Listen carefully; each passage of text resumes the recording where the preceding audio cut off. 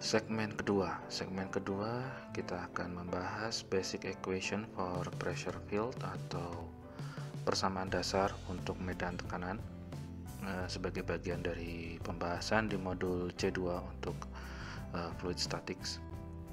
Pada segmen sebelumnya kita membahas berkaitan dengan tekanan pada suatu titik. Kita sudah tunjukkan, mungkin ini persamaannya saya coba tampilkan secara berurutan begitu dalam satu slide sehingga mungkin bisa dipahami lebih baik dari yang slide atau segmen sebelumnya. Nah, di sini mungkin yang dari penjelasan yang setidaknya saya rasa masih belum baik begitu berkaitan dengan penyederhanaan bentuk sigma F menjadi bentuk M kali A. Di sini untuk komponen Y menjadi bentuk yang seperti ini, dan ini untuk komponen Z menjadi bentuk seperti ini. Di sini mungkin kita sudah melihat bentuk hubungan sudut dan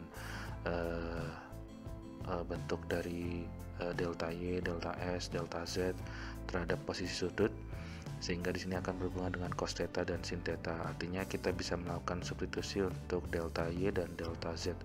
Di sini kita punya delta Z bisa dirubah menjadi delta S sin theta, yang artinya bagian kiri ini ada delta S sin theta, dan juga di bagian kanan bisa dirubah untuk delta Z-nya menjadi delta S sin theta. Artinya kita bisa menyederhanakan bentuk tersebut.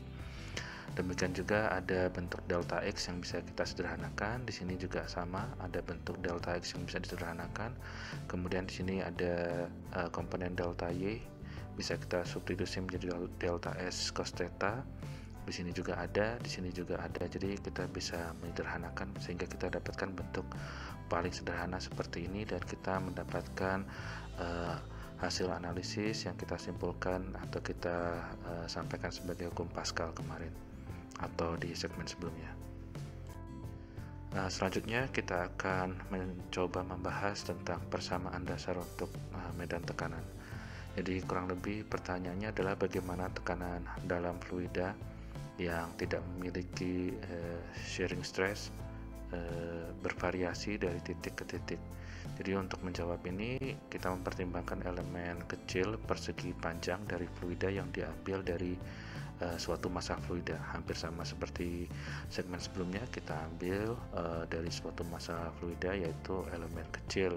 Di sini bentuknya adalah persegi panjang karena ada delta Y, delta X, dan delta Z. Ada dua jenis gaya yang bekerja pada elemen ini, yaitu berkaitan dengan tekanan yang berhubungan dengan surface forces atau gaya yang bekerja di bagian permukaan. Ada juga body forces atau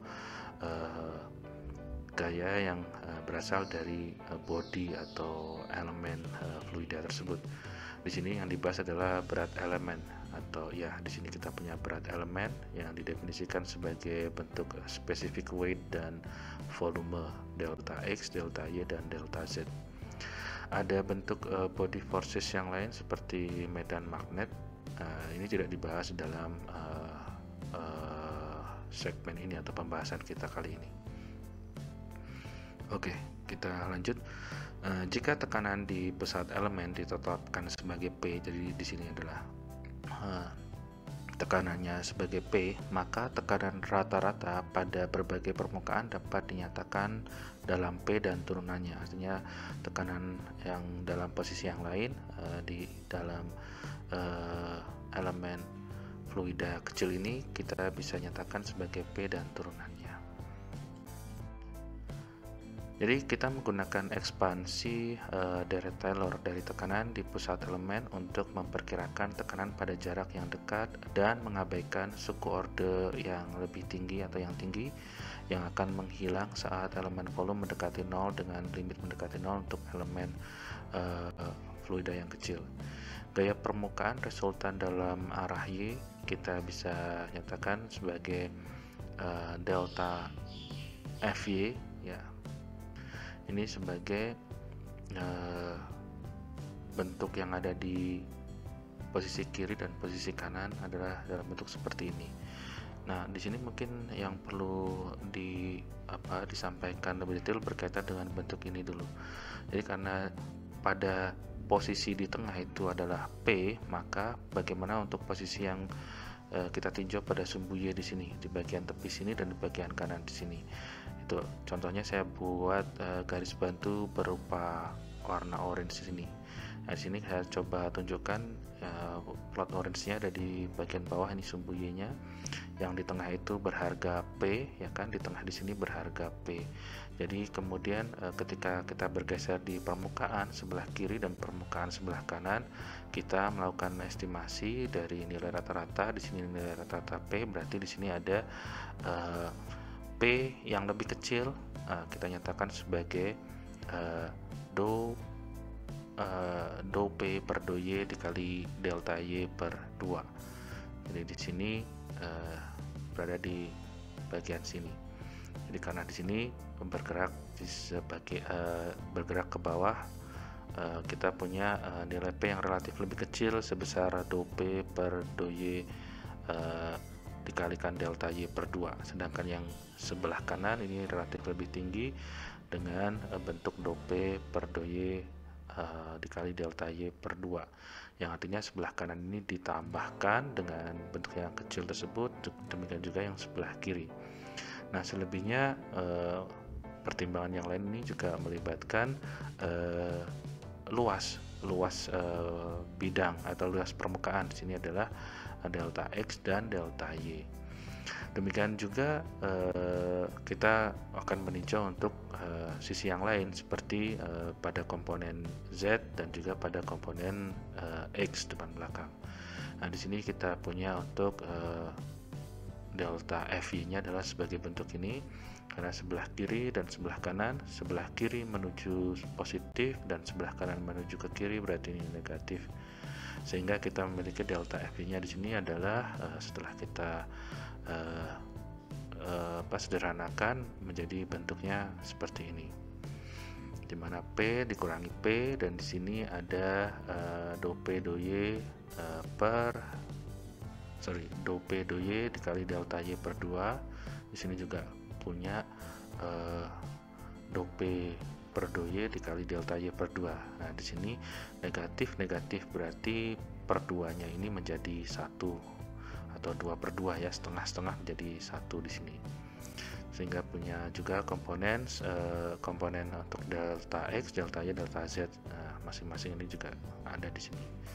Nah, demikian juga untuk sisi yang lain, pada komponen surface yang lain kita punya untuk komponen X dan juga komponen Z. Jadi mirip seperti ini, hanya saja ini ditunjukkan untuk contoh yang Y saja. Baik, kita sudah sampai di bagian ini berdasarkan penjelasan yang ada di slide sebelumnya. Nah, kemudian resultan dari gaya permukaan yang bekerja pada elemen dapat diekspresikan dalam bentuk vektor. Misalkan di sini tunjukkan delta F-nya dicetak tebal sebagai bentuk vektor dari gaya. Di sini subscript S berarti surface semuanya ya, berarti untuk semua sisi. Karena kita di sini menggunakan koordinat rektangular, maka kita bisa bentuk untuk komponen Z, untuk komponen X, dan untuk komponen Y di sini. Nah, dari sini kita bisa masukkan atau substitusi sehingga menjadi bentuk seperti ini. Bentuk seperti ini adalah bentuk yang sederhana karena masing-masing ini memiliki komponen delta X, delta Y, delta Z seperti ini. Maka kita keluarkan dan kita punya do P per do X, do P per do Y, do P per do Z. Nah, sekali lagi ini ada minusnya, jangan lupa di depan. Nah, bentuk ini adalah bentuk yang sudah kita pelajari sebelumnya di mata kuliah teori potensial. Ini sangat familiar, berarti berhubungan dengan nabla atau del. Nah, delnya adalah del P, jadi negatif del P. Kemudian delta X, delta Y, dan delta Z kita letakkan di bawah dari gaya ini karena P F per A, ya kan, kurang lebih seperti itu. Hanya saja ini tinjauannya untuk bentuk 3 dimensi. Kemudian karena pada sumbu Z vertikal dan juga berat dari elemen kita memiliki pada komponen Z juga bentuk seperti ini, di mana kita punya delta, atau ini adalah delta W pada arah K atau P, ini negatif. Jadi dari gambar sebelumnya tadi ada berat dari pusat massa, berarti ini menuju ke bawah. W itu adalah berat elemen pada arah K negatif ya. Ini sama dengan minus gamma. Gamma di sini adalah specific weight dikalikan volume, delta X, delta Y, delta Z. Kemudian di sini pada arah K atau P negatif ya berarti. Nah, karena tandanya negatif mengindikasikan bahwa gaya karena berat itu berarah ke bawah atau Z negatif, arah Z negatif, hukum Newton diaplikasikan kepada elemen fluida dapat diekspresikan sebagai berikut, di mana sigma delta F sama dengan delta M dikali A. Nah, kita coba gabungkan semua persamaan yang kita punya, maka sigma delta F ini merupakan bentuk yang ada di surface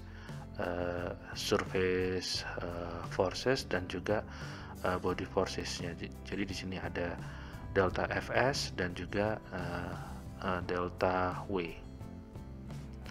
Oke, dan di sini ya delta F subscript S dikurangi delta W berat pada arah K atau P sama dengan delta M dikali A.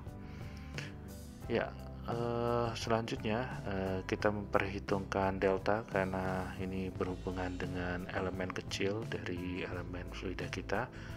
Nah, kita tinggal jabarkan bentuknya. Untuk delta Fs menjadi bentuk minus del P dikalikan delta X, delta Y, delta Z dikurangi specific weight dikali delta X, delta Y, delta Z pada arah K atau P sama dengan di sini M-nya dijabarkan menjadi rho delta X, delta Y, delta Z dikali A atau percepatan di dalam bentuk vektor. Nah, bentuk ini karena di kanan dan kiri memiliki delta X, delta Y, dan delta Z, kita bisa sederhanakan menjadi negatif del P dikurangi gamma pada arah K atau P sama dengan rho dikali percepatan. Ini adalah persamaan umum dari gerak untuk suatu fluida yang mana tidak ada shearing stressnya. Selanjutnya untuk variasi tekanan pada fluida yang bergerak. Nah, karena tadi bentuknya adalah bentuk umum, sementara kalau fluidanya adalah pada saat diam. Tadi mungkin saya sebutkan salah ya. Jadi ini variasi tekanan pada saat fluida diam begitu. Jadi bentuk persamaan yang sebelumnya ditunjukkan pada slide sebelumnya, maka percepatannya adalah sama dengan 0. Ya, mungkin di luar sedang ada petir, tapi mudah-mudahan tidak terlalu mengganggu untuk video kita. Oke, kita lanjut. Jadi karena percepatan ini sama dengan 0, maka bentuknya menjadi bentuk seperti ini, di mana del P ditambah specific weight. Del P ini adalah tekanan ya, turunan tekanan pada 3 dimensi, dan specific weight pada arah K atau P atau pada sumbu Z positif. Ini sama dengan 0. Oke, dalam bentuk vektor, komponen vektor bisa diuraikan sebagai berikut: komponen X, komponen Y, dan komponen Z. Nah, di sini ditunjukkan tanda negatif. Nah, berdasarkan persamaan ini kita mengetahui berarti tekanan tidak terlalu bergantung terhadap X dan Y, tetapi bergantung pada Z. Jadi kurang lebih kalau kita bergerak vertikal itu akan mempengaruhi, dan karena bentuknya hanya bergantung pada Z, maka persamaan kita coba tulis sebagai persamaan diferensial biasa. Jadi dP per dz sama dengan minus gamma. Nah, ini biasanya digunakan persamaan ini untuk menentukan atau mengestimasi bagaimana perubahan tekanan terhadap elevasi ya. Berarti dari bentuk ini semakin ke atas tekanannya akan relatif berkurang begitu. Oke, demikian pembahasan di segmen ini. Terima kasih dan semoga bermanfaat.